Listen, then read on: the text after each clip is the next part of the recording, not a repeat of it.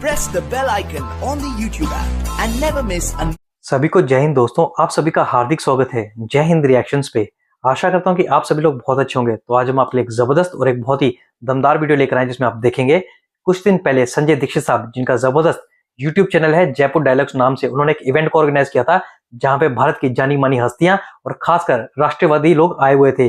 जहां पे आप देखेंगे भारत की बेटी और सुप्रीम कोर्ट की दबंग वकील नाज़िया लाई खान जी को, और उनके साथ आप बातें सुनेंगे एक्स मुस्लिम साहिल की। तो ये वीडियो काफी जबरदस्त होगी, आपको बहुत कुछ जानने को मिलेगा। तो इसे अंत तक देखें और चैनल पे नहीं है तो चैनल को सब्सक्राइब कर दें ताकि हम आपके लिए लेटेस्ट इंटरेस्टिंग और दमदार वीडियोस लाते रहें। तो चलिए पहले ये वीडियो देखते हैं और अंत में इसके बारे में बात करेंगे। जय हिंद, जय भारत। रमेश जी का सवाल है, नाजिया जी से पूछ लेता हूँ, शायद इनको पता हो, इनकी सहेलियां हो सकती हैं। अगर एक ही दिन एक ही समय 73 जिहादी जन्नत भेज दिए जाएं तो 73वीं हूर कहां से आएगी? संजय जी रिपीट कर देंगे? अगर एक ही दिन एक ही समय, एक ही दिन एक ही समय 73 जिहादी जन्नत भेज दिए जाएं तो 73वीं हूर कहां से आएगी? इसलिए मैंने रिपीट करवाया। बचपन में एक नाच सुनाया जाता था और याद भी करवाया जाता था, तो उसकी 2 लाइन पहले बोल रही हूं, फिर जवाब दूंगी। एक दाना खिलाकर शैतान ने आदम को निकाला जन्नत से, एक दाने पे इतनी नादानी, अंजामों को मुसलमान भूल गए। हमारे मुस्लिम पुरुष जो होते हैं ना, वो सुन्नत और शैतान पे बड़ा गेम खेलते हैं।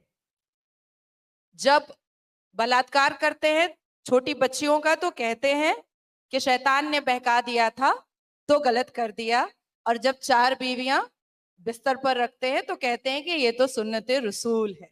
तो ठरकबाजी के लिए शैतान और सुन्नत दोनों का गेम खेलते हैं। तो मुझे ऐसा लगता है कि 73वें के लिए भाई बहुत सारी हमारे प्रॉफिट थे जिनकी बहुत सारी बीवियां थी, तो शायद वो आकर खड़ी हो जाएंगी या उनसे बहुत सारे प्रॉफिट की बहुत सारी बीवियां रही हैं। किसी की 12 रही है, किसी की 5 रही है, किसी की 8 रही है। तो थोड़ा बहुत अगर कंसीडर कर लिया जाएगा ऊपर जन्नत में तो क्या दिक्कत है। और मैं क्यों ही बात करूं, मेरे लिए तो ब्रैड पिट और टॉम क्रूज है नहीं ऊपर में। तो सारी अश्लीलता का नंगा नाच तो सिर्फ पुरुषों के लिए ही है को जन्नत ना। फिर से विश्वास, सच में हिम्मत है, माननी पड़ेगी। मतलब बार बार धक्के मारे जाते हैं, मुंह के बल आप गिरते हो, फिर उठकर खड़े होते हो और फिर कहते हो कि चलो आते हैं भाईचारगी करते हैं, जिसमें भाई वो है मुल्ला मुल्ला, चारा आप लोग हैं। ठीक है, बेटियां आपकी चारा बनती हैं और फ्रिज में पाई जाती हैं। विश्वास का एक लिमिटेशन होता है। कोई व्यक्ति अगर आपको 10 साल गालियां देता है तो 11वें साल के में आप भी रिटर्न में देंगे, देना पड़ेगा। और अगर नहीं देंगे तो आप मूर्ख हैं, आप बेवकूफ हैं। रिप्लाई कीजिएगा। आइए इसी क्वेश्चन का एक सेकंड पार्ट है, वो हम साहिल जी से पूछ लेते हैं। मनोज जी का सवाल है, वो कह रहे हैं कि साहब की रसूल इज अल्लाह और अल्लाह इज रसूल, और what is similar and different? What is last वाला? What is similar and what is different? Gangadhar Shaktimaan है, सुना है आपने? तो गंगाधर शक्तिमान है या शक्तिमान गंगाधर है? अल्लाह रसूल ही अल्लाह है और अल्लाह ही रसूल है। तो जो मोहम्मद साहब है वही असल में अल्लाह की फेक आईडी है। ये पूरा डिजाइन किया गया है मोहम्मद साहब द्वारा ही। उन्होंने एक अल्लाह नामक फिक्शनल कैरेक्टर बनाया ताकि अपनी बात लोगों को मनवा सके। उसका एक एग्जांपल देता हूं मैं। अगर आप कुरान पढ़े, उसमें मोस्टली आयतें जो है वो रिएक्शन में आई हुई है। किसमें? रिएक्शन। और कहा जाता है कि लौहे महफूज में पहले से कुरान मौजूद था। अल्लाह ने इंसानों को बनाने से पहले भी उसको ऑलरेडी ये कर दिया था, लोहे महफूज में रखा था। तो अगर पहले से था तो आयतें रिएक्शन में होनी चाहिए कि नॉर्मल आयतें आनी चाहिए? नॉर्मल। लेकिन अगर आप कुरान पढ़ो और उसका कॉन्टेक्स्ट तफसीर में जाओ तो आपको समझ में आएगा कि मोस्टली सारी आयतें जो है वो रिएक्शन में है। तो ये कोई अल्लाह की तरफ से नहीं है। अच्छा, जहां भी रसूलुल्लाह फंसते थे या उनको अपनी कोई बात मनवानी होती थी, आसमान से तुरंत जिब्राइल के द्वारा अल्लाह क्या करते थे, यानी मोहम्मद साहब खुद आयत भेज देते थे। एक बार क्या हो गया कि जैनब जैनब तो पता ही होगा आप लोगों को, बीवी भी कभी बहू थी, बीवी कभी बहू थी। तो उनका जो मुंह बोला बेटा था, उनकी वाइफ थी जैनब। और बाद में रसूलुल्लाह ने उनसे तलाक होने के बाद शादी कर ली। उसकी एक विचित्र स्टोरी है, वो अभी वक्त नहीं है। तो जैनब का जब वलीमा था तो लोग आए दावत में खाना खाने के लिए। अब वो बैठे हुए खाना खा रहे, रसूलुल्लाह इंतजार कर रहे कि कभी उठ के जाएंगे, यार मुझे जाना है बीवी के पास। सहाबा उठ के जाने के लिए रेडी नहीं है। रसूलुल्लाह इंतजार करते जा रहे, करते जा रहे, करते जा रहे, सहाबा उठ के जाने के लिए रेडी नहीं है। अब चूंकि रसूल परेशान हो गए, फटक से एक आयत उतर गई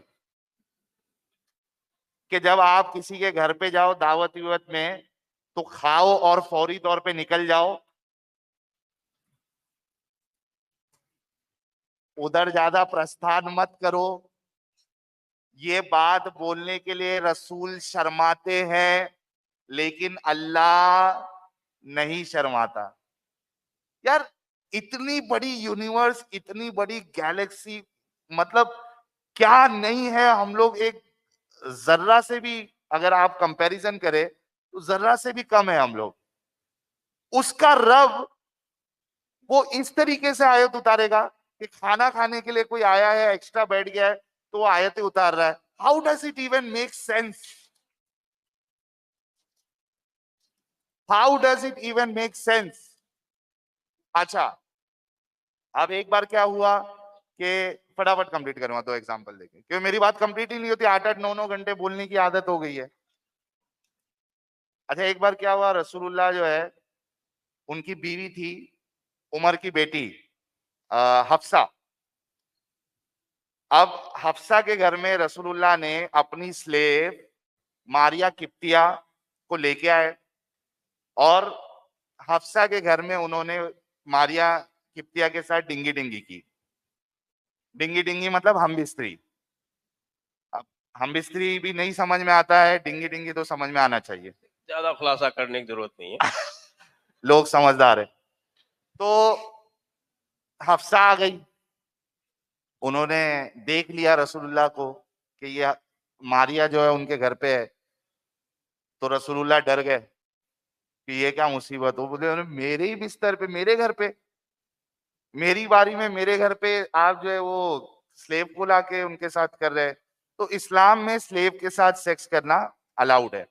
अब चूंकि रसूलुल्लाह डर गए, उन्होंने कहा कि भाई मैं अपने आप पर मारिया को हराम करता हूं, मैं अभी से इसके साथ सेक्स नहीं करूंगा, ये बात किसी को बता मत। अब वो औरतों में कहाँ बात छुपती है, वो हफ्सा ने आयशा को बता दिया। अम्मी आयशा, छोटी अम्मी आयशा 9 साल वाली, तो अम्मी आयशा को भी बता दिया। अब जब रसूलुल्लाह ने हराम कर लिया सेक्स, तो यहाँ पे उनका नुकसान है।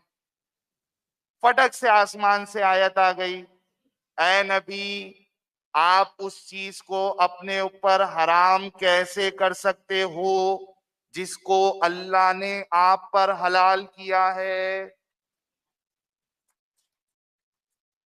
तो इससे समझ में आता है कि रसूल ही अल्लाह है, अल्लाह ही रसूल है। अपनी जरूरत के हिसाब से रसूलुल्लाह जो है वो आयतें उतार रहे थे अल्लाह के नाम से। बल्कि अम्मी आयशा तो रसूलुल्लाह को बहुत अच्छे से पहचानती थी।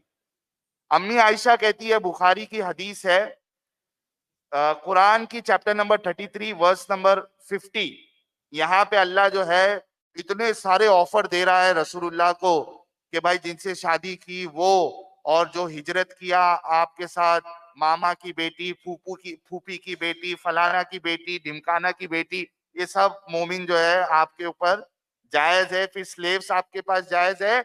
इसके अलावा जो औरतें आपको अपने आप को आप पर गिफ्ट करना चाहती है वो भी आप पे हलाल है। मतलब एक फीमेल जाके रसूलुल्लाह को बोले कि मैं अपने आप को हिबा करना चाहती हूँ, गिफ्ट करना चाहती हूँ, तो उसमें ना महर की जरूरत है ना गवाहों की जरूरत है। रसूलुल्लाह उसको ऐसी लेके वो उनकी है। अच्छा, ये जब आयत उतरी तो जब आयशा, छोटी अम्मी आयशा देख रही थी कि क्या है, ये क्या मामला है यार, ये औरतें खुद को हिबा कर रही है। फिर ये आयत उतरी तो अम्मी आयशा कहती है, हदीस के अल्फाज है, बुखारी में जाके चेक कर लेना। अम्मी आयशा कहती है रसूलुल्लाह को कि मुझे लगता है आपका रब, अम्मी आयशा ये नहीं कहती हमारा रब, अम्मी आयशा कहती है आपका रब आपकी ख्वाहिशों को पूरा करने में बहुत जल्दी करता है। भाई इससे क्लियर इंडिकेशन क्या है जो आयशा आपको बता रही, अम्मी आयशा, कि आप इनको रसूल मान के बैठे हुए हो। इनकी ख्वाहिशों को, इनकी लज्जत जो है सेक्स में, वो पूरी करने के लिए तो अल्लाह बैठा है, आयतें उतार रहा है। वो कहती है आपका रब, वो ये नहीं कहती हमारा रब। तो अम्मी आयशा जो है वो एक्स मुस्लिम थी, लेकिन अब जैसे आज के एक्स मुस्लिम खुल के बता नहीं सकते कि वो एक्स मुस्लिम है, मेरी ये अंडरस्टैंडिंग है कि अम्मी आयशा भी नहीं बता सकती थी, लेकिन उन्होंने अपनी बात के जरिए से ऐसी बातें बताई है कि उसी की बुनियाद पे हम रसूलुल्लाह की असल हकीकत को आप लोगों के सामने पेश भी कर पा रहे। तो थैंक्स टू अम्मी आयशा जी, जहां कहीं भी है। दोस्तों आशा करता हूँ कि वीडियो को आपने अंत तक देखा होगा और हमेशा की तरह भारत की बेटी नाजिया लाई खान और एक्स मुस्लिम साहिल की बातें आपको काफी इंटरेस्टिंग और जबरदस्त लगी होंगी, जिसमें आपने देखा नाजिया खान जी ने 72 हुरों के कॉन्सेप्ट को क्लियर किया, उसको एक्सपोज किया, और दूसरी ओर जो एक्स मुस्लिम साहिल है वो तो अपनी बातों के लिए, अपनी इंटरेस्टिंग बातों और नॉलेज के लिए हमेशा मशहूर रहते हैं और कॉन्ट्रोवर्सीज में रहते हैं। तो आशा करता हूँ वीडियो आपको काफी पसंद आएगी। वीडियो अगर आपको अच्छी लगी है तो इसे लाइक और शेयर जरूर कर दे और अपने विचार हमें कमेंट सेक्शन में लिखकर जरूर बताएं। और एक बार फिर चैनल पे नहीं है तो चैनल को सब्सक्राइब कर दें ताकि हम आपसे लेटेस्ट दमदार और नॉलेजेबल वीडियोस लाते रहें। जय हिंद, जय भारत।